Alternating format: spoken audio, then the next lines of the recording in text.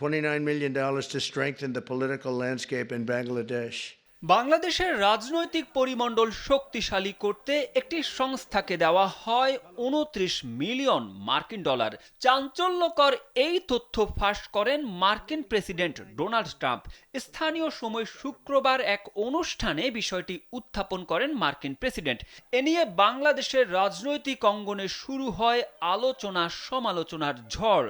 সেই ঝড়ের মধ্যেই এবার বজ্রপাতের মতো আরও এক তথ্য দিলেন দ্বিতীয় মেয়াদে মার্কিন মসনদে বসা এই রিপাবলিকান।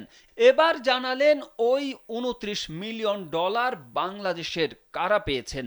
স্থানীয় সময় শনিবার যুক্তরাষ্ট্রের রাজধানী ওয়াশিংটন ডিসিতে অপর এক অনুষ্ঠানে বক্তব্য দেওয়ার সময় ট্রাম্প জানান, উগ্র বামপন্থী কমিউনিস্টদের ক্ষমতায় আনতে বাংলাদেশের রাজনৈতিক পরিমণ্ডল শক্তিশালী করার জন্য ওই অর্থ ব্যবহার করা হয়।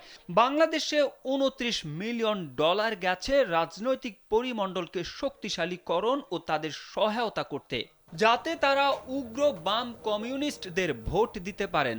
তবে ঠিক কোন দলকে রাজনৈতিক সুবিধা দিতে বিপুল অঙ্কের এই অর্থ বরাদ্দ দেওয়া হয় তা স্পষ্ট করে বলেননি ৭৮ বছর বয়সী এই president. Got 29 million. They got a check.